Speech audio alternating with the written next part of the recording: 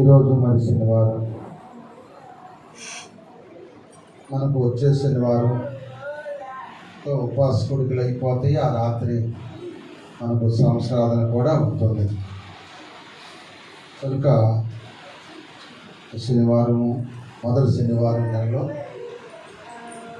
శనివారం మీరు అందరూ కూడా రావాలని ఆశపడ్డాను. కానీ కొద్దిమంది వచ్చారు. వచ్చిన కొద్దిమంది అయినా దేవుని వాక్యాన్ని జాగ్రత్తగా విందాం.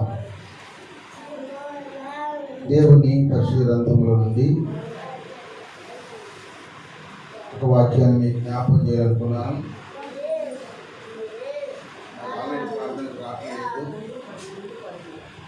ఆన్లైన్ ప్రార్థనలో ఎలీషా గురించి రెండు అనుభవాలు నేర్చుకున్నాం. అంటే ఏలియా గొప్ప దైవ సేవకుడు, ఎలీషా దైవ సేవకులకు పరిచయం చేయడానికి పిలిచాడు. ఎలీషా వ్యవసాయకుడు. ఎలీషా తండ్రి షాపాన్.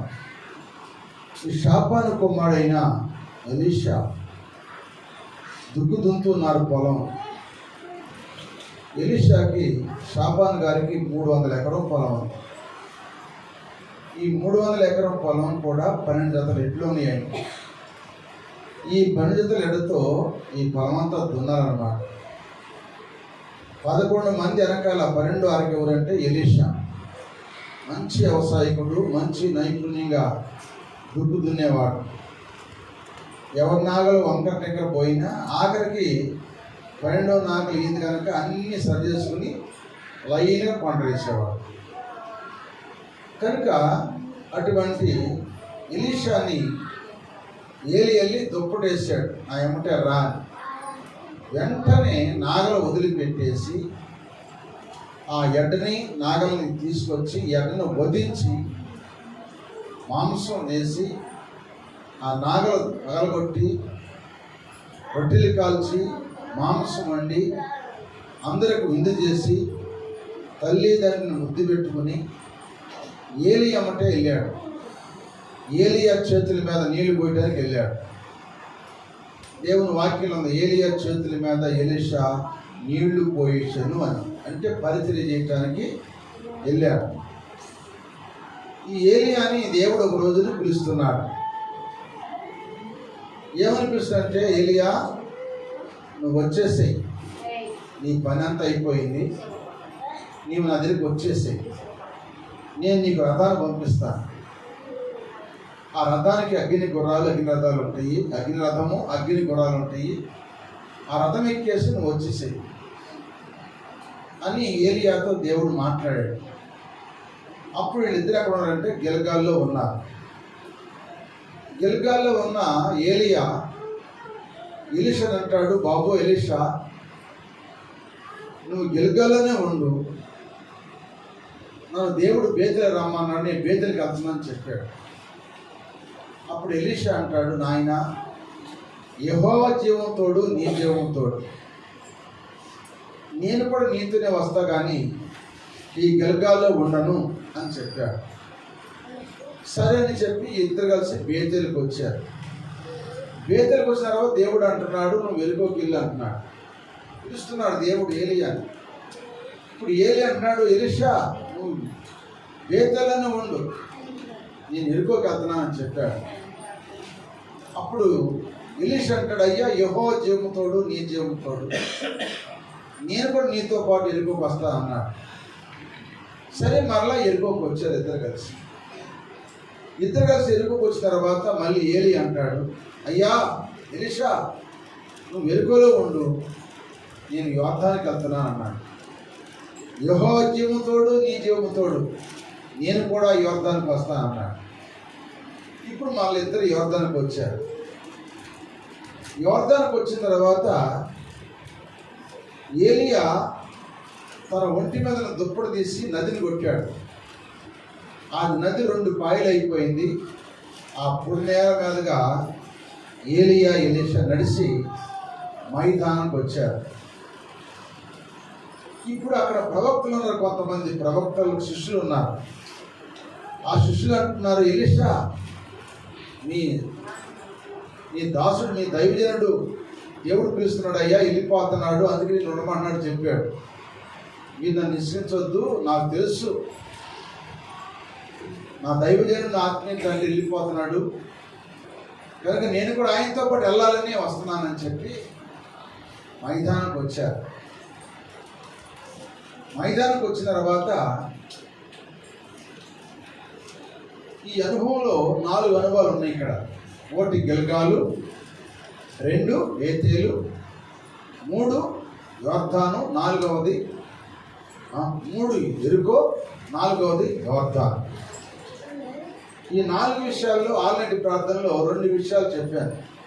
2 అనుభవాలు ఏంటంటే గిల్గాల్ గురించి, బేతేలు గురించి చెప్పాను. గిల్గాల్ అంటే దొరిలించబడ్డ, బేతేలు అనగా దేవుని మందిరం అని ఆన్లైన్ ప్రార్థనలో వాక్యం దేవుడి విస్తారంగా మాట్లాడారు ఆ రాత్రి. ఇంకా 2 అనుభవాలు మిగిలిపోయింది. ఈ 2 అనుభవాలు ఏంటంటే యెరికో, యోర్దాను. ఇప్పుడు ఇద్దరు కలిసి యెరికోకి వచ్చారు. ఇప్పుడు గిల్గాల్ అనే మాటకు అర్థం ఏంటంటే దొర్లించబడ్డ, అంటే ఐగుప్తు అనే అవమానం నుంచి దొర్లించబడ్డా, విగ్రహార్థం నుంచి దొర్లించబడ్డా, అపవిత్ర నుంచి దొర్లించబడ్డా, కష్టాల నుంచి, బాధల నుంచి, శ్రమ నుంచి దొర్లించబడ్డా. వీళ్ళు దొర్లుకుంటా ఎడకొచ్చారంటే బేతేలుకి వచ్చారు. బేతేలు అంటే దేవుని మందిరం, అంటే మందిరంలోకి వచ్చారు. ఇప్పుడు మందిరం అనుభవం కూడా రాత్రి చెప్పుకున్నాం. మందిరంలోకి వచ్చిన తర్వాత దేవుని మందిరంలో ఉండాలి. ఇప్పుడు దేవుని మందిరంలోకి వచ్చిన వ్యక్తి ఇప్పుడు ఏడ బయలుదేరంటే యెరికోకు బయలుదేరారు. ఇప్పుడు యెహోషువ గ్రంథము 6వ అధ్యాయము 17 వచనం చదవండి. యెహోషువ గ్రంథము 6వ అధ్యాయము 17వ వచనం. కొన్ని మాటలు చెప్పి ముగిస్తారు. అందరూ వాక్యం వింటలేదు, కొంతమంది వస్తున్నారు, కొంతమంది రావట్లేదు. యెహోషువ 6వ అధ్యాయము 17వ వచనం.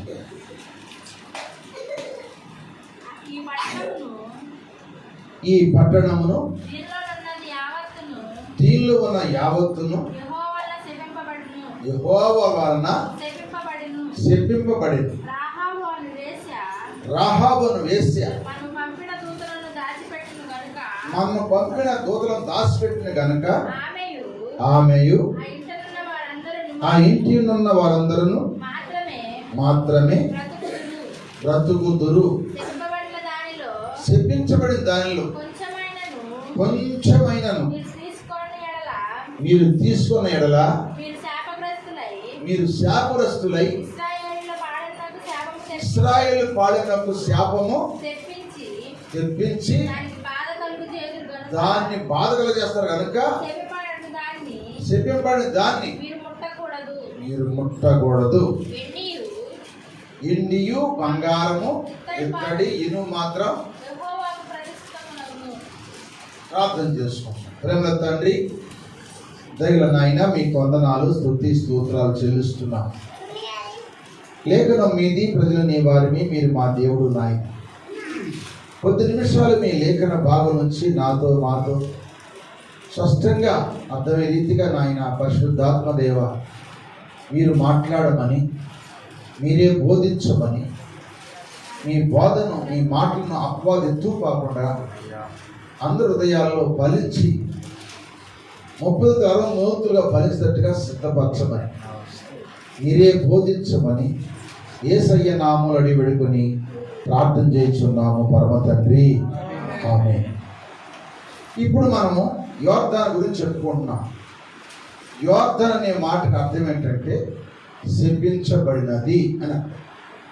ఏంటండి? శపించబడినది అని అర్థం. ఈ శపించబడిన యోర్దాను మీరు వెళ్ళి యెరికోకి వెళ్ళి, యెరికో అనగా శపించబడినది. యెరికో శపించబడింది కనుక ఆ శాపగ్రస్తమైన దాని నుంచి మీరు ఏది కూడా తీసుకురావద్దు, అంతా కాల్చేసి రండి. అయితే ఒకటి, మన ఇశ్రాయేలు వారిని, ఏగుల వారిని రాహాబు అని ఒక వేసి మాత్రం వారిని దాచిపెట్టి వారిని హత్య చేసిన కనుక ఆ ఇంటి వారిని మాత్రమే రక్షించండి. అందరినీ కాల్చేసి మీరు వచ్చేయండి. ఆ దేశంలోది ఏ వస్తువు కూడా మీరు అంటుగా వద్దు. మీరు దాన్ని తెచ్చుకుంటే మీరు శాపగ్రస్తులు అవుతారు. మీరు శాపగ్రస్తులు అవడమే కాదు, ఇశ్రాయేలందరూ కూడా మీరు బాధ పెట్టినవారు అవుతారు. ఇశ్రాయేలందరూ కూడా మీరు బాధ పెట్టినవారు అవుతారని యెహోషువ వాళ్ళకి అర్థమైన రీతిగా 2-3 సార్లు వారికి చెప్పిన మాట చెప్పి వారిని పంపించాడు. ఈనాడు కూడా చెప్పిన వాక్యాన్ని మరలా రివర్స్గా చెప్తుంది. ఎందుకంటే మీరు అర్థం చేసుకునే వాక్యాన్ని బట్టి ప్రార్థన చేస్తారని.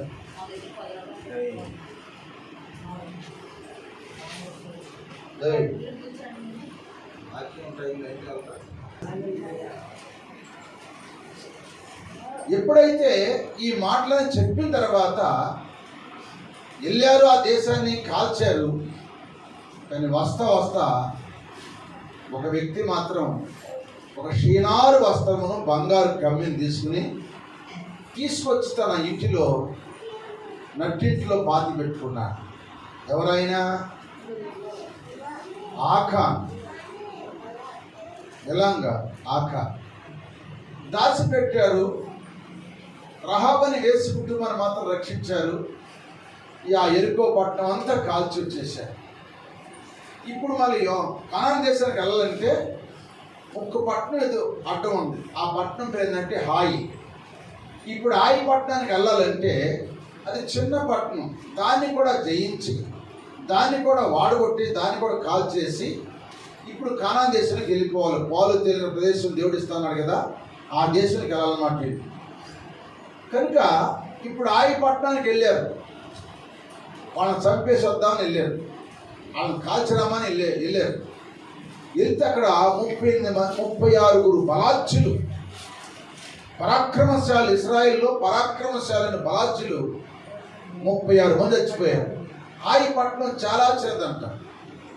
యెరికో కన్నా కూడా హాయి చిన్నది. ఆ యెరికో పట్టణాన్ని జయించిన వారు హాయి పట్టణాన్ని జయించలేక 36 మంది పరాక్రమశాలైన బలాచ్యులు చనిపోతే వెంటనే యెహోషువ ఓని పట్టగట్టు నేర్చుతూ ప్రారంభించాడు. అయ్యా, ఎందుకు ఇలా జరిగిందని దేవుని దగ్గర ప్రార్థన చేస్తూ అడిగితే దేవుడు చెబుతున్నాడు, యెహోషువ, నీలో ఒకడు శపితమైన దాన్ని తీసుకుని వచ్చి దాచిపెట్టాడు. దానివలన ఈ శాపం వచ్చింది, ఇశ్రాయేలుకు ఈ బాధ కలిగింది అని చెప్పాడు దేవుడు. వెంటనే ఇప్పుడు పాళెంలో అందరూ పిలిపించాడు. అందరు రండి, దేవసంది రండి. ఎవరు తెచ్చారు అక్కడి నుంచి? ఎవరు తెచ్చారో చెప్పండి. మీరు తెచ్చిన దాన్ని బట్టి 36 మంది బాధితులు చచ్చిపోయారు. ఇంకెంతమంది చచ్చిపోతారు? దేవుడు చెప్పాడు కదా, ఎవరు తెస్తారో వారికి శాపం వస్తుందని. రెండోది, మీరు ఇశ్రాయేలుని బాధ పెడతారని కూడా చెప్పాడు కదా. ఎవరు తెచ్చారో చెప్పండి. చెప్పపోతే అందరూ చచ్చిపోతారు. చెప్పాలన్నప్పుడు అప్పుడు ఆఖాన్ అన్నాడు, అయ్యా, నేనే తీసుకొచ్చాను. ఏం తీసుకొచ్చా? ఓ షీనారు వస్త్రము, బంగారు కమ్మి తెచ్చాను. ఎక్కడ పెట్టావు? ఇంట్లో డేరాలో దాచిపెట్టేది. అవి తీసుకొని చూసిన తర్వాత దేవుని దగ్గర ప్రార్థన చేశాడు. దేవుడు అన్నాడు, అతని కుటుంబం అంతా కూడా రాళ్ళతో కొట్టి చంపేయమన్నాడు. కత్తి పెట్టి కోసి చంపమని లేదు, పరిశీలి పెట్టి ఇలా తీట్లు పెట్టి పొడి చంపమని లేదు, రాళ్ళతో కొట్టి చంపమన్నాడు దేవుడు. అప్పుడు ఆఖాను చేసిన పాపానికి శాపం ఎవరికి వచ్చిందంటే ఇంట్లో అందరికీ వచ్చింది. ఆఖాను భార్య అని. ఆఖానికి ఉన్న కొడుకులు, కోడళ్ళు, కూతుళ్ళు, అల్లుళ్ళు, మనవళ్ళు, మనవరాల సంతానం, ఆయనకున్న గొర్రె, మేకలు, కోళ్ళు, పశువులు, బాతులు సహా మొత్తాన్ని ఏంతో కూడా చంపారంట? రాళ్లతో పాడి వెలుపలకు తీసుకొచ్చి, అన్నిటిని పాడి వెలుపలు అంటే వాళ్ళు ఉన్న స్థలానికి వెలుపలకు తీసుకొచ్చి రాళ్ళతో కొట్టి చంపేశారు. చంపి అగ్నితో కాల్చి ఆ బూడిద మీద ఏ రాళ్ళతో కొట్టి చంపారు ఆ రాళ్ళు వాళ్ళ మీద గుట్టగేసారంట. ఆ బూడిద మీద దాన్ని ఇప్పటికీ ఆకోరు లోయ అంటారు. ఆకోరు లోయ. ఎందుకంటే ఎరుక అనేది శాపగ్రస్తమైంది. శాపగ్రస్తమైన దాన్ని తెచ్చి ప్రేమయుడు ఆఖరి తన కుటుంబాన్ని మొత్తం సర్వనాశనంగా కాలిపోయి బూడిదైపోయి చచ్చిపోయాడు. అతను చేసిన పాపానికి 36 మంది బాధ్యులు చచ్చిపోయారు. ఇప్పుడు అతను చంపిన తర్వాత అప్పుడు పట్టణానికి వెళ్తే అప్పుడు దేవుడు వాళ్ళకి విజయం ఇచ్చాడు. నేను స్తోత్రాల్లో అంటే ఇప్పుడు ఎరుకోను మనం జయించాలి. ఇప్పుడు నేను చెప్పే మాట మీకు అర్థం అవడానికి అంటే ఇప్పుడు మనము ఒకప్పుడు విగ్రహాల నుంచి, అవమానం నుంచి, బాధల నుండి, కష్టాల నుండి, శ్రమల నుండి, ఇరుకుల ఇబ్బందుల నుండి మనం అందరం కూడా దొర్లించబడ్డవారు. ఎక్కడ దొర్లించబడ్డాం? మనము బేతేలు దేవుని మందిరానికి వచ్చేసాం. దొర్లించబడి వచ్చేసాం. వచ్చిన మనం ఇప్పుడు ఏం చేయాలంటే ఎరుకో వైపు మనం చూడకూడదు. సొంతం చెప్పండి. ఎరుక అనగా ఏంటి? పాపము శపించబడింది. ఇప్పుడు దాన్ని ఆశించి ఆఖాను కుటుంబం ఎట్లా పతనం అయిపోయిందో ఈనాడు కూడా మనము కూడా ఎరుకో వైపు చూస్తే మనం కూడా శాపగ్రస్తులం అయిపోతాం. మన కుటుంబం కూడా శాపగ్రస్తులై పతనం అయిపోతాం. పతనం కాకుండా అంటే ఇప్పుడు మనము ఎరుకోలో నివసించకూడదు. సొంతం చెప్పండి. ఒక వ్యక్తి యెరూషలేముకి వెళ్ళాడు. యెరూషలేము నుంచి ఎరుకోకి దిగి వస్తున్నాడని వాక్యం చదివిస్తున్న లోకాసు సువార్త 10:30. దిగి వస్తున్న సమయంలో దొంగల చేతులు పడ్డాడు. అతన్ని కొట్టి కొరప్రాణంతో వదిలిపెట్టి అతని యొక్క ఉన్న వస్త్రములను మాత్రం దోసుకెళ్ళిపోయారు. ఎవరైనా చదవదు. అయితే అని మీకు తెలుసు అని చెప్తున్నాను. కొరప్రాణంతో వదిలిపెట్టి ఆ రక్షణ వస్త్రాన్ని ఎత్తిపోయింది. ఆ దొంగ ఎవరంటే అపవాది. అందుకే మనం యెరూషలేము అనే దేవుని మందిరంలో ఉన్న మనము ఎరుకో వైపు మనం చూడకూడదు. ఏంటంటే శాపగ్రస్తమైంది, శపించబడింది. కానీ ఎరుక అనగా సువాసన లేనిది. అంటే పాప సువాసన, దాంట్లో పాపమైన సువాసన, ఆకర్షణ ఉంది. ఎరుకలో ఆకర్షణ ఉంది. ఆకర్షణ అనేక రకాల ఆకర్షణ ఉంది. ఆ ఆకర్షణలో పడిపోయి ఈనాడు కొంతమంది జీవితాలు శాపానికి గురైపోతారు. ఆనాడు ఆకాను కుటుంబం శాపానికి గురైపోయి కాలిపోయినట్టుగా మనం కూడా మళ్ళీ ఎరుక అనుభవంలోకి శపించబడిన దాన్ని మనము అంటకూడదు, ముట్టకూడదు. దాని వైపు మనము చూడకూడదు. చూసామంటే మనము కూడా ఏమైపోతాం చెప్పండి? ఒకప్పుడు విగ్రహాల నుంచి మనం వచ్చిన భాగం, అవమానం నుంచి, కష్టాల నుంచి, అప్పుల నుంచి, రోగాల నుంచి, బాధల నుంచి దొర్లించబడ్డవాళ్ళం. మనం బేతలకు వచ్చాం. బేతలుగా దేవుని మందిరంలోకి వచ్చాం. దేవుని మందిరంలో ఏముందని చెప్పాను? వాక్యం ఉంది. దేవుని మందిరంలో ప్రార్థన ఉంది. దేవుని మందిరంలో పాటలు ఉన్నాయి. దేవుని మందిరంలో పరిశుద్ధాత్మ ఉంది. దేవుని మందిరంలో వెలుగు ఉంది. దేవుని మందిరంలో నెమ్మది ఉంది, సమాధానం ఉంది, సంతోషం ఉంది. కనుక ఆ ఆలయంలో నుంచి మనం ఇప్పుడు ఎరుకో వైపు చూడకూడదు. ఇది 3 అన్నమాట. ఎరుక వైపు చూసే లెక్క అయితే అంటున్నాడు. ఎరుకో వైపు చూస్తే మనం శాపగ్రస్తులం కనుక ఎరుక వైపు చూడకునేలంటే మన పిల్లలంట ఏ బండకేసి కొట్టి చంపాలంట. బండకేసి కొట్టాలి. మన పిల్లలు ఏం చేయాలి? బండకేసి కొట్టాలంట. చూడండి 137వ కీర్తన 9 వచ్చింది. చూడండి 137వ కీర్తన 9 వచ్చింది. చదవండి. 137వ కీర్తన 9 వచ్చింది. ఏముంది? మీ పసిపిల్లలను పట్టుకుని వారిని బండకేసి కొట్టువాడు ధన్యుడు. ఇదేంటి? బండకేసి కొడితే ఏమైపోతారండి పిల్లలు? బండకేసి కొడితే పిల్లలు ఏమైపోతారు? మాట్లాడండి. చచ్చిపోతారు. మరి ఈ బండ ఎవరు? ఈ బండ క్రీస్తు. యేసు ప్రభు వారికి బండ కనుక ఆయనకేసి మన బిడ్డలను కొట్టాలంటే ఆయన వైపు మనం బిడ్డలను తీసుకురావాలి. ఆయన వైపు తీసుకొస్తే మన బిడ్డలు ధన్యులే, మనము కూడా ధన్యులు అవుతాం. అందుకే నీ పసిపిల్లల్ని బండకేసి కొట్టువాడు ధన్యుడు. దేవుని పిల్లలుగా అంటే యేసుక్రీస్తు వారి బండ కనుక ఆ బండకేసి మనము కొట్టబడాలి, మన బిడ్డలు కూడా కొట్టబడాలి. కొట్టబడినప్పుడు ఆ కుటుంబము ధన్యకరంగా ఉంటుంది. సోదరు చెప్పండి, ధన్యకరంగా లేదు. ఇప్పుడు ధన్యకరంగా లేదు. కారణం ఏంటంటే ఇవాళ మారు మనసు పొంది, బాప్తిసం పొంది, పరిశుద్ధాత్మ పొంది, భాషలు మాట్లాడుతూ, దర్శనాలు కంటూ, ప్రవచిస్తూ, ఆత్మతో నింపబడి, ఆసక్తి దేవులు ఎదిగి, భయము భక్తి కలిగిన వ్యక్తులైనాడు ఎరుకో లాంటి శాపగ్రస్తమైన దాన్ని ఆశిస్తే శపించిపోతున్నారు. ఇప్పుడు విశ్వాసులు శపించబడుతుంటే విశ్వాస పిల్లలు కూడా శపించబడుతున్నారు. ఇప్పుడు వీళ్ళు సినిమాలు చూస్తున్నారు, వీళ్ళు రికార్డ్ డాన్స్ చూస్తున్నారు, వీళ్ళు అన్నీ చేస్తున్నారు కనుక వీళ్ళు బట్టే పిల్లలు కూడా వెళ్ళిపోతున్నారు కనుక ఇప్పుడు అందరూ ఏమవుతున్నారంటే శాపగ్రస్తులు అయిపోయారు. ఏమైపోయి చెప్పండి? శాపగ్రస్తులు అయిపోయారు. అందుకే క్రొత్త నిబంధనల అపోస్తలుడైన పౌలు గారు చెప్తున్న మాట ఏంటంటే ఈ శాపగ్రస్తులైన వారిని గురించి పౌలు గారు చక్కని మాట్లాడుతున్నాడు. ఏమంటున్నాడంటే గలతీ రాసిన పత్రిక 4:19 గలతీ రాసిన పత్రిక 4:19.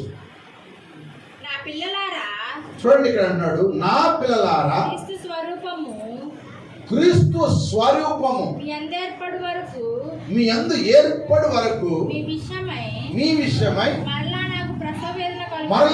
నాకు ప్రసవ వేదన కలుగుచున్నది. మిమ్మల్ని గూర్చి ఎటూ తోచక ఉన్నానంటున్నాడు పౌలు గారు. సోదరు చెప్పండి, ఈనాడు సంఘాన్ని బట్టి సేవకుడు కూడా నాకు కూడా ఎటూ తోచట్లా. ఈనాడు సంఘ పరిస్థితి చూస్తే ఎంత లోతైన వాక్యాలు వింటూ కూడా, ఇంతగా బలపడతా కూడా పరిస్థితులు మారిపోయి, విశ్వాసుల పరిస్థితులు మారిపోయి ఒకవేళ పరిస్థితులు భయంకరంగా ఉన్నాయి. భార్య భర్తలకు ఐక్యత లేదు, అన్నదమ్ములకు ఐక్యత లేదు, అత్తగోళ్ళకి ఐక్యత లేదు, తల్లి బిడ్డలకు ఐక్యత లేదు, స్నేహానికి స్నేహితులకు ఐక్యత లేదు, సంఘములో విశ్వాసులకు ఐక్యత లేదు. డి అంటే డి, మాట అంటే మాట, ఓర్చుకోవటం నేర్చుకోవటం ఏమి లేదు. ఒకప్పుడు ఆ సంఘం ఎటువంటి తెలుసా? ఆ సంఘం అంట, గలతీ సంఘం అంట, పౌలు గారి కళ్ళు జబ్బు కళ్ళు అండి. ఎందుకంటే సౌలుగా ఉన్నప్పుడు దమస్కాలో దేవుని దర్శనం చూశాడు. సౌలు దేవుని దర్శనం చూశాడు. ఆ శిలువ మహాదేశం దర్శనం చూసినప్పుడు అది చూడంగానే కళ్ళు మాడిపోయి, కళ్ళు మూయబడి ఉట్టివాడైపోయాడు. సౌలని అడిగాడు, నీవెవడు ప్రభు అని అడిగాడు. అంటే యేసయ్య అంటాడు, నువ్వు హింసించు యేసును నేనే, కనుక నీవు ఇప్పుడు వెళ్ళు, యోధని ఇంటికి, చిన్న గ్రామం ఈదిన పడి నువ్వు యోధా ఇంటికి వెళ్ళుము, అక్కడ నీకు కాల్సిని కూడా తెలియజేస్తానని చెప్పినప్పుడు అతను అమ్ముతున్న సైనికులు ఈ 2 కళ్ళు పోయినప్పుడు ఆ సైనికులు అతను పట్టుకుని యోధని ఇంటికి తీసుకెళ్ళారు. ఆ చిన్నని వీధిని పడి యోధని ఇంటికి తీసుకెళ్తున్నప్పుడు దేవుడు అన్నయ్య అనే భక్తుడితో మాట్లాడుతున్నాడు.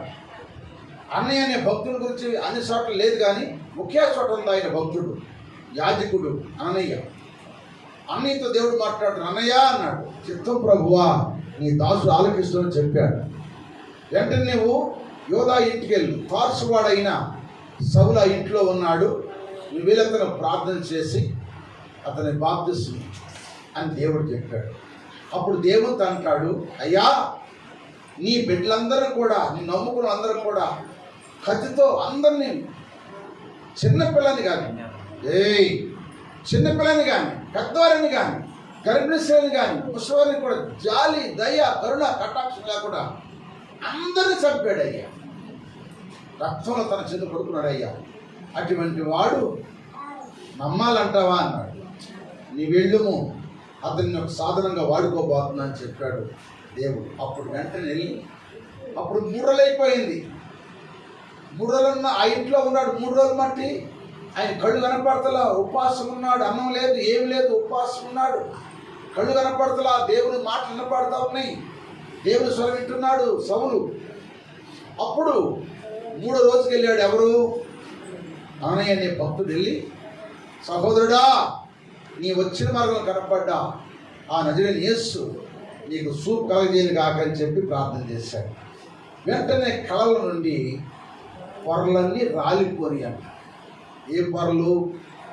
కులపిచ్చనే పొర, మతపిచ్చనే పొర, అహంకారం అనే పొర, గర్వం అనే పొర, డబ్బు అనే పొర, బలం అనే పొర, అన్ని విగ్రహాల పొరలన్నీ కూడా రాలిపోయి అంట. రాలిపోయిన తర్వాత అతడు సౌలు పౌలుగా మార్చబడ్డ పౌలుకి కళ్ళముంటే పొరలు రాలిపోయి కానీ కళ్ళ జబ్బు మాత్రము తగ్గలేదని. కళ్ళు ఊరికే పుసిరి కడతా నీరు గారుతా ఉంటే అంట పౌలు గారు.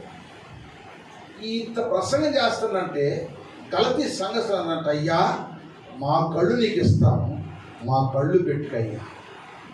అందుకే నేత్రదానం అంటారు చూసారు, హాస్పిటల్లో నేత్రదానం అంటారు. నేత్రాలు కొంతమంది కనపడపోతే నేత్రం తీసి ఆ నేత్రం పెట్టేస్తారు, నేత్రదానం చేస్తారు. మా కళ్ళు కూడా నీకు ఇస్తామయ్యా అన్నారంటాడు. అటువంటి గలతీ సంఘము ఇప్పుడు ఏమైందంటే రాను రాను దిగజారిపోయింది. దిగజారిపోయినప్పుడు అంటే, నా పిల్లలారా, మిమ్మల్ని బట్టి నాకు మరలా ప్రసవ వేదన కలుగుచున్నది అన్నాడు. స్తోత్రం చెప్పండి. ఎవరన్నారు ఈ మాట? అపోస్తలుడైన పౌలు అంటున్నాడు. అంత ఆత్మీయ ఎదిగిన సంఘం అంటే కళ్ళు కాడేస్తామన్నారు. ఎవరికి? దైవజనులకు. అంటే దైవజనుడు అంతగా ప్రేమించారు, అంతగా ఆయన చెప్పిన వాక్యం విన్నారు, అంతగా ఆయన ఆసక్తిగా ఎదిగారు. వాళ్ళందరూ కూడా ఎదిగారు. గలతీ సంఘము, ఆ సంఘాన్ని విడిచిపెట్టి పౌలు గారు మళ్ళా దశలోని సంఘానికి వెళ్ళాడు. వెళ్ళేటప్పటికి వీళ్ళందరూ పరిస్థితి తారుమారం అయినప్పుడు అప్పుడు ఆ సంగతి తెలిసి వాళ్ళకి ఉత్తరం రాస్తున్నాడు. ఏమని రాస్తున్నాడంటే, మన చదవడం ఆ మాట 9:19 వచ్చిన, నా పిల్లలారా క్రీస్తు స్వరూపము మీ యందు ఏర్పడు వరకు అంటే మరలా అంటే అంతకుముందు ఒకసారి వాళ్ళ క్రీస్తు స్వరూపం ఏర్పడింది. ఏర్పడింది? క్రీస్తు స్వరూపం ఏర్పడింది. ఆయన చెప్పిన వాక్యానికి, ఆయన చెప్పిన బోధకి వాళ్ళందరూ క్రీస్తు స్వరూపం ధరించుకున్నారు. అంటే క్రీస్తుని ధరించుకున్నారు. అంటే క్రీస్తు స్వరూపం అంటే ఆయన కొట్టిన వారిని కొట్టలేదు, తిట్టిన వారిని తిట్టలేదు, దూషించిన వారు దూషించలేదు, హింసించిన వారు హింసించలేదు, అందరి మీద ప్రేమ చూపాడు.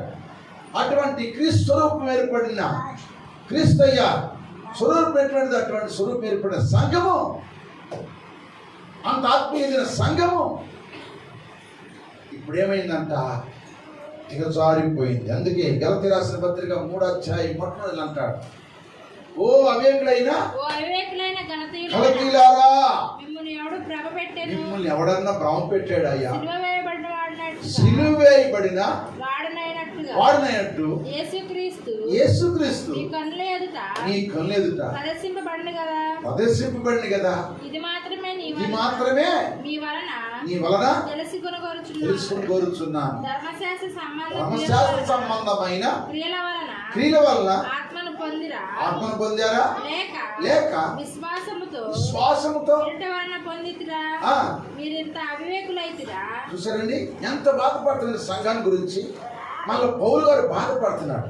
ఈనాడు కూడా నాకు కూడా అదే, ఒకప్పుడు సంఘం మంట మండింది,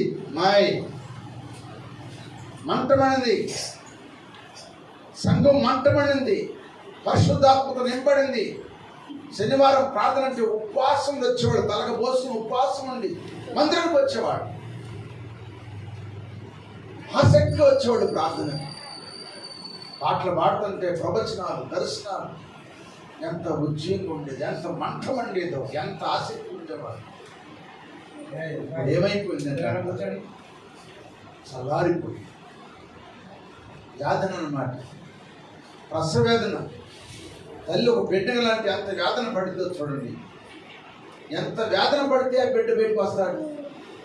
ఆ బిడ్డ బయటకు వచ్చినాక ఆ తల్లి ఆ నిప్పులన్నీ మర్చిపోయి ఆ బిడ్డను చూసుకుని సంతోషపడింది. లోకమంది ఒక బిడ్డని సంపాదించుకుని సంతోషపడింది, బాధ మర్చిపోయి. ఒక ప్రసవేదన, ఒక బిడ్డ గంటలకి ఎంత ప్రసవేదన పెడతావు, ఆ బిడ్డ పుట్టిన తర్వాత నవ్వుతావు. ఆ బిడ్డ పెరిగి పెద్దడైన తర్వాత వాడు ఏ రొమ్ము పాలు దగ్గర ఆ రొమ్ము మీద గుదుతుంటే ఆ తల్లి ఏడ్చింది. ఆ తల్లి ఏడ్చి ఎందుకు కన్నానండి, 10 నెలలు మోసి కన్నీ పెంచారు. నా రొమ్ము పాలు దాగి మళ్ళీ నా రొమ్ముల మీదే గుర్తున్నాడు, తంతున్నాడు. ఆ తల్లి ఎంత చేస్తుంది, కనకుండా పోయేది, నేను కనకుండా పోయేది. నీకు తక్కువేం చేయలేదు, ఇతను కాల్సిన ఆహారం పెట్టాను, భక్తులను పెంచాను, అన్నీ పెంచాను. ఎవరు భ్రమ పెట్టాడో మరి భ్రమ పెట్టే ఆత్మ ఉంది, భ్రమపరచు ఆత్మ. ఆ భ్రమపరచు ఆత్మ ఏంటంటే సాతాను ఆత్మ. భ్రమపరుస్తుంది ఒక్కొక్కప్పుడు, భ్రమపరుస్తుంది. ఏం ప్రయోజనం, మందిరానికి వెళ్తున్నావు, ఏం సుఖం పొందే, ఏం లాభం పొందే, ఏం మేలు పొందుకున్నా, మేము చూడంటే బాగున్నాము. భ్రమపరచు ఆత్మ ఒక్కొక్కళ్ళు ఉండి మాట్లాడి మనుషులను దిగజారి చేస్తాం. అన్నాడు కూడా ఆ సంఘాన్ని అలా బ్రహ్మపరచాత్మ బట్టి కలిసి సంఘం అంతా అవివేకులు అయిపోయారు. ఒకప్పుడు వివేకులైన వాళ్ళు అవివేకులైతే ఆ సంఘాన్ని బట్టి ఏడుస్తున్నాడు. ప్రసవేదన పడింది అంత. ఎవరికి? పౌలు గారికి ప్రసవేదన పడింది. ఆ వేదనతో ఏడుస్తూ, ఎందుకంటే మళ్ళా క్రీస్తు స్వరూపం రావాలి. సంఘాస్తులారా, విశ్వాసులారా, ఈ లోకం మన శాస్త్రం కాదు, ఇది మాయ లోకం, మాయా జీవితం.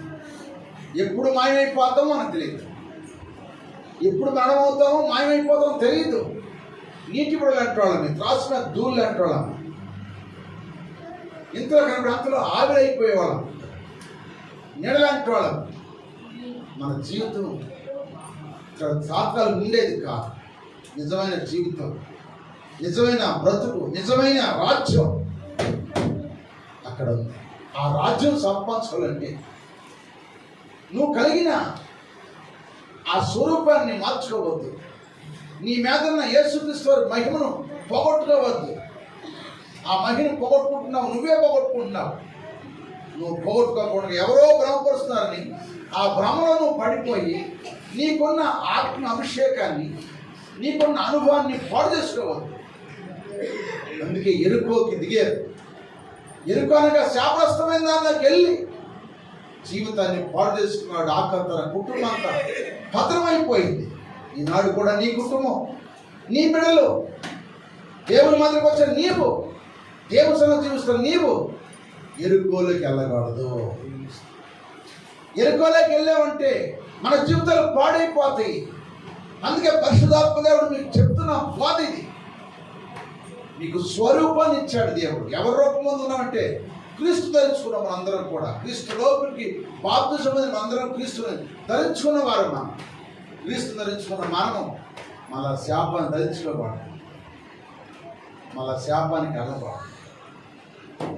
మనం వెళ్తే మన బిడ్డలతో కూడా పతనమైపోతుంది, నరకాగ్నికి వెళ్ళి కాలిపోతుంది. అందుకే వేదన ప్రభునందు ప్రియమైన బిడ్డలారా, ఈ ప్రసవేదన మరలా మిమ్మల్ని గురించి నేను ప్రసవేదన పడుతున్నాను చెప్పాడు. అందుకే యేసు గారు ఓ పాట రాశాడు. నా వేదనలో వెదకితిని శ్రీ యేసుని పాదాలను నా మనసులో కోరితిని. నీ రూపముని దీనుడనై, నీ రూపముని దీనుడనై నా వేదనలో వెదకితిని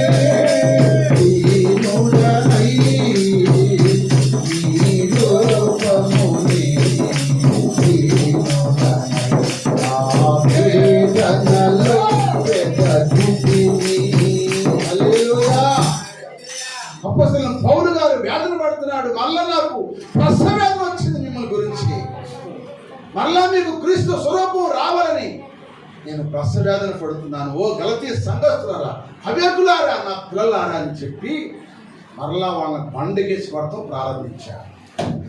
ఆ బండే క్రీస్తు. ఆ బండకేసి మరలా కొట్టిన తర్వాత వారు ధన్యులు అయ్యారు. ఈరోజు మీకు ఎందుకు ఈ వాక్యాన్ని అంటే ఎరుక అనుభవం ఏంటో మీకు చెబుతున్నాను. ఎరుక అనుభవాన్ని గురించి చెబుతున్నాను. ఎరుక శాపగ్రస్తమైంది. నీవు దేవుని మందిరానికి వచ్చిన తర్వాత మరలా ఎరుక వైపు నువ్వు చూడకూడదు. అందుకే ఎలీషా భక్తుడు అంటున్నాడు, అయ్యా యెహోవా జీవముతోడు, నీ జీవముతోడు నువ్వు ఎక్కడికి వెళ్తావు, నేను ఇక్కడ అక్కడికి వస్తాను. ఇప్పుడు నా యోర్దానికి వస్తాను కనుక నేను కూడా యోర్దానికి వస్తా, కానీ ఎరుకోలో మాత్రం నేను ఉండను. హల్లెలూయా. ఎరుకోలో ఉండను. ఎరుకోలో ఉంటే శాపము. ఈనాడు ప్రజలు విశ్వాసులందరూ ఎరుకోకి వెళ్ళిపోయారు. ఇప్పుడు దేవుని మందిరంలోకి రావట్లేదు, ఎరుకలో ఉండిపోయారు. ఎరుకనగా శాపము.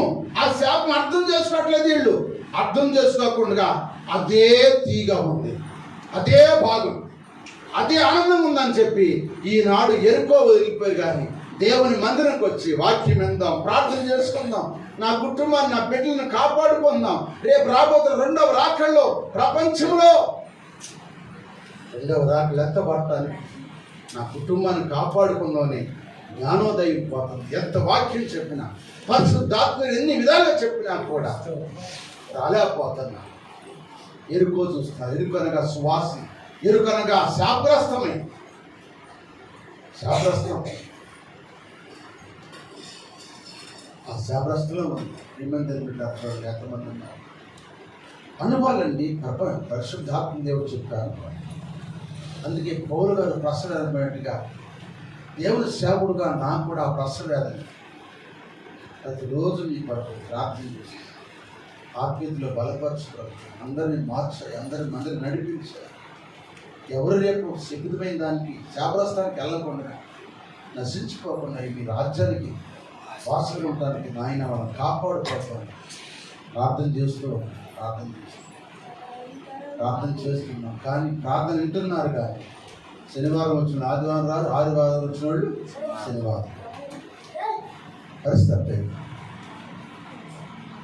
ఏది ఏమైనా పరిశుద్ధాత్మ దేవుడు బయలుపరిచిన విషయాలు చెప్పటము కర్తవ్యం.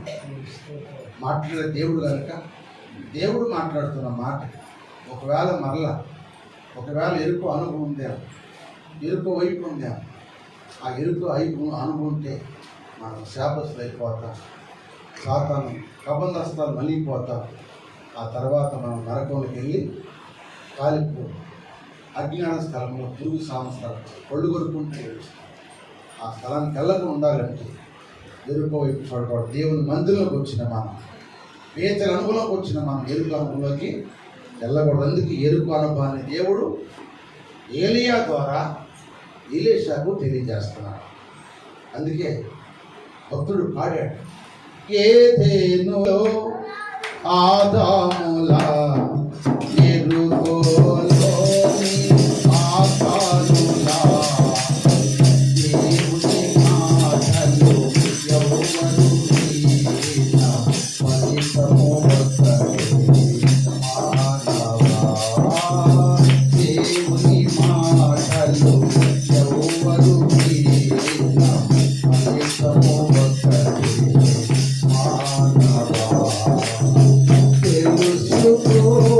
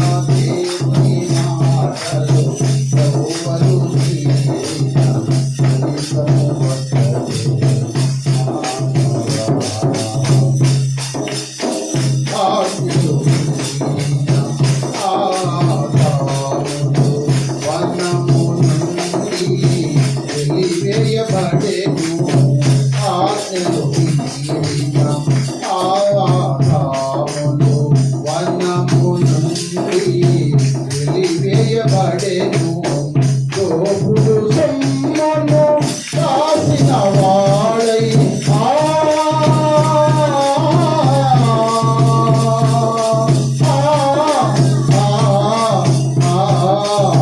తోపుడు సొమ్మును కాసిన వాడై ఆకాను మరించగదా ఆకాను మరించగదా ఏదేనులో ఆదాములా తిరులోని ఆకానులా దేవుని మాటలు ప్రభువులు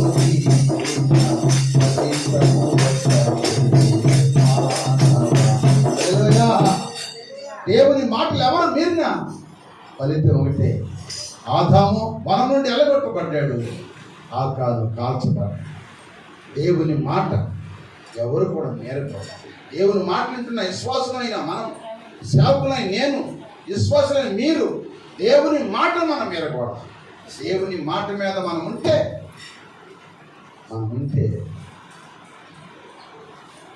ఆశ్రయించబడాలి. అందుకని ఎరుకు అనుభవం గురించి మనం తెలుసుకుంటాం. ఎరుకు ఏంటంటే చెప్పండి, ఎరుకు అనగేంటి? శాపగ్రస్తమైంది. ఆ ఎరుకు శాపగ్రస్తమైన దానిలో ఉండమంటే ఉన్నాడా ఎలీషా? చెప్పాలి, ఉన్నాడా? నీ వచ్చే చోటకి నేను కూడా వస్తానంతే. ఇక యోర్దాన్ ఉంది, అది ఒక అరగంట 30 గంటలు, నీకు టైం లేదు, ముగించేస్తాను. దేవుని ఏ సబ్జెక్టు పూర్తి అవ్వదు. వస్త్రాలు 3 మిగిలిపోదు. ప్రభు చిత్తమైతే యోర్దాన్ నుంచి చెప్పమంటే దేవుడి చిత్తం అయితే రేపు పగలు నేర్చుకుంటున్నాం. హల్లెలూయా. కనుక ప్రభునందు ప్రేమింది దేవుట్ల ఎరుకు అనుభవం అంది. ఎరుకు అనగా శాపగ్రస్తం. దానిలోకి ఎందుకు పోతారు? జనమంతరు ప్రకటన చెప్పండి సిద్ధమైన దానికే. అంటే ముందు ఎక్కడుందంటే రుచిగా ఉంటుంది. చెప్తారు ఒక మాట ఏమండి, హల్వా బిర్యానీ ఎక్కడ రుచి ఉంటుందమ్మా? బిర్యానీ బా సూపర్ అంటే స్తోత్రం. అది ఎంత సూపర్గా ఉండిద్దో అది తిన్న తర్వాత ఉండింది అంత బాధ, అంత బాధ. ఏం చేద్దామా? ఏడు చేసి గ్యాస్ వచ్చి ఎంత బాధపడతామో గమనించాం. తింటానికి ఎంత సూపర్గా ఉండిద్దో అంత సూపర్గా వచ్చింది వ్యాధి, అంత సూపర్గా వచ్చింది. ఎంత రుచికర పదార్థాలు మనం తింటున్నామో అంత రుచికరమైన వస్తున్నాయి వ్యాధులు. ఇప్పుడు అంత రుచికరంగా ఉండే వ్యాధులు కూడా. హల్లెలూయా. అన్ని రుచికరమైన వ్యాధులు. ఓ ఇంట్లో ఓ పెట్టే బిళ్ళలు, ఓ పెట్టే ఉంటుంది. అంటే ఇరుకో కూడా అటువంటిది. సువాసన, ఆనందం, సంతోషం ఉంది. అందుకే యెరూషలేము మందిరం నుంచి ఎరుకోకి దిగొచ్చాడు బాగా ఉంది. తర్వాత ఏమయ్యాడు? సైతాన్ని కొట్టి చచ్చగా కొట్టి కొనవుడితో వదిలిపెట్టి వస్త్రం లాక్కెళ్ళి ఇక నీ దరిద్రం పోయింది, ఇక నా వదిలింది అని కొట్టి వెళ్ళిపోయింది. కానీ ఆనాడు దేవుడు ప్రేమామయుడు కనుక మంచి సమరుడి వచ్చి అతను గాయాల్లో నూనె పోసి కట్టులు కట్టి గాడి మీద ఎక్కువ పూటకాల వారికి ఇంటికి తీసుకెళ్ళి 2 దినాలు ఇచ్చి అతను పరామర్శించు, తక్కువైతే మళ్ళా వచ్చి నీకు ఇస్తాను. ఎవరు? యేసే. ఆ 2 దినాలుగా బైబుల్ పరిశుద్ధ గ్రంథంలో 1 దేనారం పాత నిబంధన, 1 దేనారము క్రొత్త నిబంధన, ఈ 2ని కలిపి అతను బోధించు. మరలా పడిపోయాడు కదా, ఆ పడిపోయిన వ్యక్తికి మరలా నువ్వు బోధించి అతన్ని లైన్లో పెట్టు. నేను వచ్చినప్పుడు నేను నీకు కావాల్సిన ప్రతిఫలము ఇస్తాను అని చెప్పి దేవుడు ఆ పూటకాల వానికి చెప్పాడు. పూటకాల వాని అంటే సేవకుడు. ఈ సేవకుడు మరలా ఈ పడిపోయిన ఎందుకు అప్పగిస్తున్నానంటే వాళ్ళ మళ్ళీ పరామర్శించు, వాళ్ళకి వాక్యాన్ని బోధించు, వాక్యముని ఆహారం పెట్టి వాళ్ళు మళ్ళీ బలపరచు. వాళ్ళు మళ్ళా కింద నుంచి మళ్ళీ పైకి వెళ్ళాలి. ఎక్కడి నుంచి? ఎరుకో నుంచి యెరూషలేముకి వెళ్ళాలి. ఎరుకో నుంచి యెరూషలేముకి వెళ్ళాలి, దేవుని మందిరానికి వెళ్ళాలి, పరామర్శించమని చెప్పాడు. అందుకే ఈ బాధ మళ్ళీ ఈ ప్రసవేదన. అందుకే పౌలు గారు ఈ ప్రసవేదన పడుతున్నాడు. ఓ గలతీలారా, అవివేకులైన వారా, ఒకప్పుడు ఎంత వివేకున్నారు, ఇంత దిగజారిపోయారు. ఎవరు భ్రమ పెట్టారు మిమ్మల్ని? ఒకప్పుడు నా కళ్ళు కూడా ఓడదీసి నా కళ్ళు ఎత్తామన్నారు నాకు. అటువంటి వాళ్ళు క్రీస్తు స్వరూపం ధరించుకున్న మీరు ఇప్పుడు క్రీస్తు స్వరూపం పోగొట్టుకుని దెయ్యం రూపం పెట్టుకుని ఇకారం చేసుకుని సంతోషం లేకుండా ఆనందం లేకుండా ఎందుకు అయిపోయారని మళ్ళా ప్రసవేదన పడుతూ ఉన్నాడు పౌలు గారు. అందుకే మరలా నీ పిల్లలను బండకేసి కొట్టువాడు ధన్యుడు. పిల్లలంటే ఎవరింటి విశ్వాసలే. స్తోత్రం చెప్పండి. ఈ పిల్లలందరూ ఇప్పుడు దేనికి వేసి కొట్టాలి? బండనగా దేవుని వాక్యానికి వేసి కొట్టాలి. ఒకడు కొట్టినప్పుడు సురుగు తగిలిద్ది, వాక్యం రాదా? ఒకడు సురుగు తగిలినాడు ఏం చేయాలి? ఏడవాలి. కానీ తిరగబడి చేస్తారు. ఇప్పుడు ఏడవట్లా. పిల్లకి దెబ్బ కూడా సురుగు తగిలింది అంటారు, ఏడుస్తారు. ఏడిసి ఏం చేస్తారు? ఏడిసేంటారు, దండం పెడతారు. అయ్యా అమ్మ కొట్టమాకి నీ దండం పెడతాను, కొట్టమా నాన్న దండం పెడతాను. కొంతమంది అంటారు చూసావా, తిరుగుబడి చేస్తారు. వెళ్ళేందరూ నన్ను కొడతావా నీ ఎంత చూస్తానని చెప్పి ఏమంటారు, కక్ష బాగా పెట్టుకుని పెద్దరిగిన తర్వాత కాస్త ఓపిక వచ్చిన ఏంటంటే, ఇప్పుడు నన్ను ఆ రోజు నువ్వు కొట్టేవు కానీ 2 దెబ్బలు కొడితే ఇప్పుడు 10 దెబ్బలు కొట్టాడు. అట్లా రకం అయిపోయారు అన్నమాట. క్రీస్తు వాక్యంలో రావాలంటే బండకేసి కొట్టాలి. వాక్యం ద్వారా కొట్టినప్పుడు ఆ వాక్యం తగిలినప్పుడు నీ బుద్ధిని నీ ప్రవర్తన మార్చుకుంటే యెరూషలేమునకు మళ్ళీ ఎక్కెళ్తాం, లేదా ఎరుకోలోనే ఉండిపోతాం. ఎరుకో రాజును ఎరుకో సైన్యము అంతా కాలిపోతేనట్టుగా రేపు మనం పాతాళ లోకంలో కాలిపోతామంటే అటువంటి అనుభవంలోకి రాకుండా ఉండాలంటే మీరందరూ మళ్ళా క్రీస్తు స్వరూపం ధరించుకోవడం వరకు వాక్యం అనే బండకేసి పడటానికి పరిశుద్ధాత్మ దేవుడు నిలబెట్టాడు. ఈ పరిశుద్ధాత్మ దేవుడు వాక్యం నిన్న మీరందరూ కూడా ఎరుకో నుంచి యోర్దానికి వచ్చి అనుకో రావాలి. అప్పుడు ఎక్కడికి రావాలి? ఎరుకో నుంచి అక్కడికి రావాలి, యోర్దాను రావాలి. యోర్దాను అనుభవం ఏంటో ప్రభు చిత్తమైతే రేపు మాట్లాడుతున్నాం. దేవుని చిత్తం అయితే హల్లెలూయా. యోర్దాను అనుభవంకి వచ్చినాక అప్పుడు మీకు అర్థమైంది. అప్పుడు దాకా ఒక్కొక్క అనుభవం అర్థం కాదు. 4 అనుభవాలు, ఇప్పుడు 3 అనుభవాలు చెప్పాను. ప్రార్థన చేసుకున్నాను. ప్రభు చిత్తమైతే ఆ ఎరుకో నుంచి యోర్దానికి వచ్చి అనుభవంలో రావాలి. ఎలీషా యోర్దానికి వచ్చేసాడు. ఏలియా యోర్దానికి వచ్చాడు కానీ ఎరుకోలో ఉండలేదు. యెహోవా జెముతోడు, నీ జెముతోడు, నేను నీతోనే వస్తాను యోర్దానికి అన్నా. ఆ యోర్దాన్ నది అంటే ఏంటో, దాని అనుభవం ఏంటో ప్రభు చిత్తం నేర్చుకుందాం. ప్రార్థన చేసుకుందాం. తల్లవచ్చు. ఇప్పటికే సమయం చాలా అయింది. ప్రార్థన చేసుకుందాం. తల్లవచ్చు. అందరూ నా ప్రేమించి ప్రభువా, నాలో ఒకప్పుడు నేను దొర్లించబడ్డవాడిని, గిలగలనుగా దొర్లించబడుతా. ఐగుప్తి అవమానం, అంటే విగ్రహాల నుంచి అవమానంతో, అపనిందలతో, శ్రమలతో, కరువుతో, బాధలతో, వస్త్రహీనంతో ఎన్నో కష్టాలు అనుభవించి దొర్లింపడ్డ నన్ను మందిరానికి వేతులు తీసుకొచ్చాడు. మందిరంలో ఏముంది?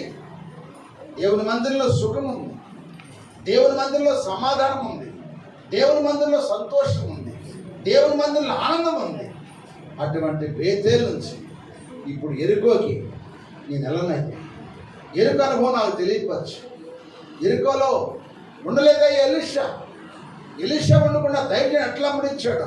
ప్రభువా, మేము కూడా మిమ్మల్ని వెంబడించి ఈ రాకడ వరకు మిమ్మల్ని వెంబడించే జీవితం మాకు దయచేయ ప్రభు, మాకు దయచేయ, మాకు దయచేయ, మాకు దయచేయ.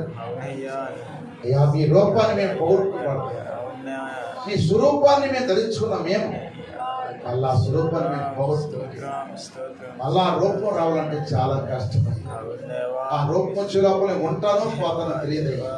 కనుక మీరు ఇచ్చిన రూపాన్ని, ఆ రూపాన్ని నేను పోగొట్టుకోకూడదు, కాపాడుకుని జీవితం నాకు దయచేయండి. అయ్యా తండ్రి, పౌలు భక్తుడు విశ్వాసం నా పిల్లలారా అన్నాడు. ఒక దైవజనుడికి పెరిగే పిల్లలతో సమానమైన ఆ పిల్లలను బండకేసి కొట్టువాడు ధనుడు అన్నావయ్య. ఇక మీ వాక్యం ద్వారా ఈ పిల్లలను మీ బండకేసి కొడుతున్నాను ప్రభు. అయ్యా, కొడుతున్నాను కనుక ఆ బాధకు వాళ్ళు తట్టుకుని ఓర్చుకుని నీ రూపం వాళ్ళకు వచ్చినట్టుగా బండకేసి వస్త్రం గురిస్తే కొడుతుంటే దానిలో ఉన్న మురికి ఎట్టపోయిందో అంట ప్రభు. బిడ్డలో ఉన్న పాపమంతా తొలగిపోయి పరిశుద్ధత కలిగేటట్టుగా మీకు దయచేయండి. ఇది నాయని బిడ్డలందరూ కూడా మీ రూపాన్ని కలిగి ఉంటానికి సిద్ధపరచమని. ఎరుకో నుంచి యోర్దానికి వచ్చాను ప్రతి బిడ్డలు దయచేయమని అందరూ దేనికోసం స్తోత్రం ఇద్దాం. హల్లెలూయా హల్లెలూయా. సమయంలో మన మధ్యన చిన్న ప్రార్థన చేస్తాం. నిజమైన ప్రభా, ఆనాడు నా ప్రభ ఏలియా భక్తుడు నాయన ఎలీషాని నా ప్రభ వ్యవసాయదారుడు ఉన్నప్పుడు ప్రభ అయ్యా తన చేతులు కడిగించుకోవడానికి నా ప్రభ పిలిచి ఉన్నాడు ప్రభ ఎలీషాని దేవ నాయన. ఎలీషా నా ప్రభ నాయన అయ్యా ఐగుప్తు దేశంలో ఉండకుండా నాయన అయ్యా తిలకాల్లో ఉండకుండా నా ప్రభ దొరికింపబడి నా ప్రభ అయ్యా నాయన నవీన రాసిన స్వభావాన్ని తీసివేసుకున్నాయన నవీన స్వభావాన్ని ఆయన ధరించుకుని నా ప్రభ అయ్యా నాయన నిన్ను కలిగిన ఏలియాని కలిగిన ప్రభ నువ్వెక్కడుంటే నేను అక్కడే వెళ్తానని నా ప్రభ నాయన అయ్యా నాయన ఒట్టి పెట్టుకుని నా ప్రభ నాయన ఏలియాని నాయన ఎమ్మడించాడు తండ్రి. నీకు వందనాలు స్తోత్రాలు ప్రభ అయ్యా నా ప్రభ నాయన. నిజమే నా ప్రభ నాడు రహాబు చేస్తే కూడా తండ్రి ఏగులు వారిని చేర్చుకున్నప్పుడు ప్రభ ఆమె నా ప్రభ నాయన గొప్ప ధన్యత పొందుకుంది నాయన. ఏగులు వారిని చేర్చుకుని ఆయన తన కుటుంబం అంతా నాయన అయ్యా ఒక్కరిత నుంచి నాయన తప్పించుకుని నా ప్రభ తన ఇంటి వారిని రక్షించుకున్నది నా ప్రభ. ఆమెలో నా ప్రభ ప్రాచీన స్వభావాన్ని తీసుకుని నవీన స్వభావం నాయన ధరించుకుని నా ప్రభ నాయన అయ్యా సల్మాను చేసుకుని నా ప్రభ ఒబే దేవుని కానీ నాయన అయ్యా నాయన బోయాజు ద్వారా యెషయా ద్వారా నా ప్రభ అయ్యా దావీదుని కలిగి ఉన్నది నా ప్రభ నాయన. నీ వందనాలు స్తోత్రాలు అయ్యా. రహాబు చేస్తే నా తండ్రి నాయన అయ్యా నవీన స్వభావం ఎలా ధరించుకునేదో ప్రభ మేము కూడా అలాంటి స్వభావాలు కలిగి ఉండాలని ప్రార్థిస్తున్నాం తండ్రి. అలాగే నాయన సమరయ స్త్రీ కూడా నా ప్రభ అయ్యా బావియాతో నీళ్లు చేదుకోవడానికి వచ్చినప్పుడు వచ్చి ఉంది నా ప్రభ. ఆమెను నాయన నీలోమని అడిగినప్పుడు నా ప్రభ ఆమె నా ప్రభ నీళ్లు ఇవ్వకుండా నా ప్రభ అయ్యా నా ప్రభ నాయన అయ్యా నువ్వు నాయన మీరు ఈదురము నీవు సమరములు నీకు నాకు సాంగత్యం ఎలా అని అడిగినప్పుడు ప్రభ అయ్యా అమ్మ నేను ఇచ్చే దాహములు తాగినప్పుడు నా ప్రభ అయ్యా నా ప్రభ నాయన నువ్వెన్నడూ తప్పికొనవని నాయన ఆ స్త్రీ నాయన నువ్వు మాట్లాడి ఉన్నావు కానీ అప్పుడు నా ప్రభ ఉన్నది అన్ని నాయన నేను చేసినవన్నీ నాయన నాయన చెప్పి ఉన్నాడని ప్రభ ఆ ప్రజలందరినీ నా ప్రభ రక్షించుకుని నాయన ఆమెలో ప్రాచీన స్వభావాన్ని తీసుకుని నాయన నవీన స్వభావం ధరింపు చేసుకుని తండ్రి. నీకు వందనాలు స్తోత్రాలు అయ్యా. అలాగే నాయన యాకోబు కూడా నా ప్రభ నాయన యేసేపు దగ్గర నాయన తండ్రి యొద్ద దీవుని పొందుకుని నా ప్రభ అన్న దీవులన్నీ పొందుకున్నానని అయ్యా వెళ్ళిపోమన్నప్పుడు నాయన తల్లి నాయన వెళ్ళిపోమన్నప్పుడు ప్రభ యాకోబు వెళ్ళిపోతూ ఉండగా నాయన ప్రతిమూకినప్పుడు నాయన అయ్యా లూజు దేశంలో నా ప్రభ అయ్యా నా ప్రభ ఒక నాయన రాయిని తెచ్చుకుని తలగడగా చేసుకుని నా ప్రభ అక్కడ నిద్రిస్తూ ఉండగా నాయన ఒక కళ కని ఉన్నాడు ప్రభ. ఆ కళలో నా ప్రభ ఒక నిచ్చెన కనపడుతుంది అయ్యా. ఆ నిచ్చెన మీద నాయన దేవదూతలు ఎక్కుతూ దిగుతూ ఉన్నారు ప్రభ. అయ్యా నిచ్చెన అంటే నాయన ఒక కర్ర నాయన అయ్యా కొరత పాత నిబంధనానికి సాదృశ్యం అన్నావయ్యా. ఒక కర్ర నా ప్రభ నాయన పాత కొరత నిబంధనానికి సాదృశ్యం అన్నావు నాయన. ఆ 7 మెట్టులు నా ప్రభ నాయన అయ్యా నాయన ఒకటి మారు మనసు రక్షణ నాయన అయ్యా నీ సహవాసము నా ప్రభ అయ్యా బాప్తిస్మము నా ప్రభ నాయన నీ వాక్యము ప్రార్థన అన్ని అనుభవాలు నాయన అయ్యా మారు మనసు పొంది అనేక విషయాల్లో తండ్రి నాయన అయ్యా మారు మనసు పొంది అనేక విషయాల్లో నా తండ్రి నాయన అయ్యి నా ప్రభ మేము కలిగి ఉన్నప్పుడు ప్రభ అయ్యా నీ రక్త మాంసాలు తినడానికి యోగులుగా పాత్రలుగా చేసిన ప్రభ ఆ పై కొన నా ప్రభ దైవత్వానికి సాదృశ్యం అన్నావు నాయన. కింద కొన నా ప్రభ మానవత్వానికి సాదృశ్యం అన్నావు తండ్రి. అయ్యా దైవత్వాన్ని మేము పొందుకునే కృపను ధన్యతను మాకు దయచేయమని ప్రార్థిస్తున్నాం తండ్రి.